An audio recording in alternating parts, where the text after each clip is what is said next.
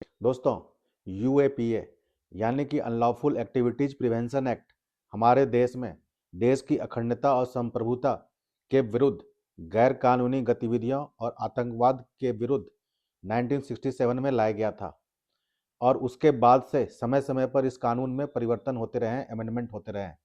और आज की डेट में यूएपीए हमारे देश में एक कठोरतम कानून के रूप में जाना जाता है। तो आज के वीडियो में हम जानेंगे कि यूएपीए एक्ट है क्या, और साथ में यह भी जानेंगे कि यूएपीए केसेस में बेल मिलना कितना संभव है। और अभी हाल ही में सुप्रीम कोर्ट का एक निर्णय आया है बेल के मामले में, यूएपीए केसेस में बेल के मामले में, तो उस केस की भी चर्चा करूंगा। तो वीडियो आपके लिए काफ़ी महत्वपूर्ण रहने वाला है, आप आखिर तक बने रहें। इस वीडियो को बिल्कुल भी स्किप ना करें। और अगर आप इस चैनल पर नए हैं तो एक बार इसको सब्सक्राइब भी कर लें और ऑल बेल बटन को भी हिट कर दें, ताकि आगे आने वाली वीडियो की जानकारी आपको सबसे पहले मिल सके।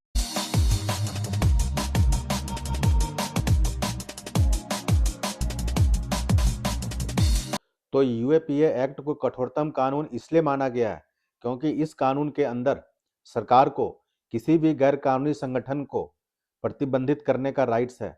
और सरकार किसी भी वक्त किसी भी गैर कानूनी संगठन को, जो वह संगठन जो गैर कानूनी कार्य में लिप्त है, किसी भी समय ऐसे संगठन को आतंकवादी संगठन सरकार घोषित कर सकती है।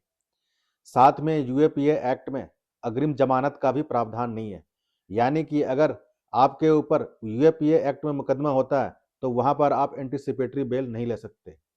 फिर यूएपीए एक्ट में बेल भी मिलना एक असंभव सा होता है। अभी हाल ही में सुप्रीम कोर्ट का एक निर्णय आया है जिसमें कि बेल को और भी असंभव सा बना दिया गया है। यह निर्णय आया है Gurvinder Singh versus state of Punjab. अब इस जजमेंट में सुप्रीम कोर्ट ने दो महत्वपूर्ण पहलुओं पर निर्णय दिया है।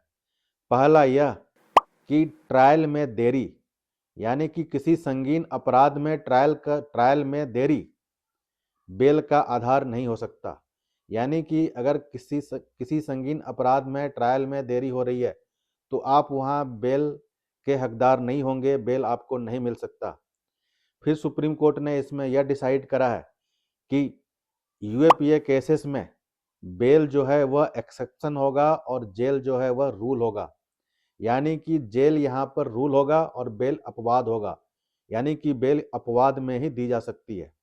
अब इस जजमेंट में सुप्रीम कोर्ट ने पुनः कहा है कि ऑर्डिनरी ऑफेंसेस के केस में बेल को लेकर जो गोल्डन रूल है कि bail is the rule and jail is exception, यह रूल यूएपीए केसेस में नहीं लगता। जबकि सुप्रीम कोर्ट ने कहा है कि यूएपीए केसेस में यहाँ पर रूल जो है बिल्कुल उल्टा हो जाता है। यानी कि यहाँ पर bail is the exception and jail is the rule, यानी कि यहाँ पर बेल एक्सेप्शन केसेस में ही दिए जाएंगे। साथ में सुप्रीम कोर्ट ने यह भी कहा कि अगर यूएपीए केसेस में पब्लिक प्रोसिक्यूटर को सुनने के बाद और केस डायरी को देखने के बाद साथ में फाइनल रिपोर्ट, अगर कोर्ट को लगता है कि सिर्फ प्राइमा फेसाई केस ही बन रहा है तो उस केस में भी बेल रिजेक्ट होगा, बेल ग्रांट नहीं की जाएगी। यानी कि यूएपीए केसेस में प्राइमा फेसाई केस बनना ही सफिशिएंट है बेल के रिजेक्शन के लिए। यहाँ पर स्ट्रॉन्ग सस्पिशन में जाने की जरूरत ही नहीं है। अगर प्राइमा फेसाई केस बन रहा है तो यहाँ पर बेल नहीं मिलेगा। अब इस अधिनियम के राजनीतिक दुरुपयोग के भी आरोप लगते रहे हैं। ऐसा इसलिए हो रहा है क्योंकि इस अधिनियम में गैर कानूनी गतिविधियों की स्पष्ट परिभाषा नहीं दी गई है। यहाँ पर गैर कानूनी गतिविधियों और आतंकवाद की परिभाषा काफी व्यापक है और पूरी तरह परिभाषित नहीं है।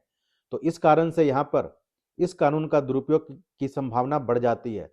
तो इस कानून के दुरुपयोग को रोकने के लिए सुप्रीम कोर्ट को चाहिए कि ऐसे मामलों में जहां लग रहा हो कि दुरुपयोग है वहां पर प्रॉपर जांच बिठाया जाए। और सुप्रीम कोर्ट को चाहिए कि यहाँ पर आतंकवाद और गैर कानूनी गतिविधियों को स्पष्ट परिभाषित करे, ताकि आगे इस कानून का किसी भी तरह से राजनीतिक दुरुपयोग ना होने पाए। लेकिन यह भी सत्य है कि आतंकवाद और देश के विरुद्ध गैर कानूनी गतिविधियां देश की अखंडता और संप्रभुता के लिए एक गंभीर खतरा है, जिससे कि हर स्थिति में निपटने की जरूरत है। तो आज के वीडियो में इतना ही। मैं जल्द हाजिर होऊंगा कुछ अच्छी जानकारियों को लेकर। तब तक के लिए धन्यवाद।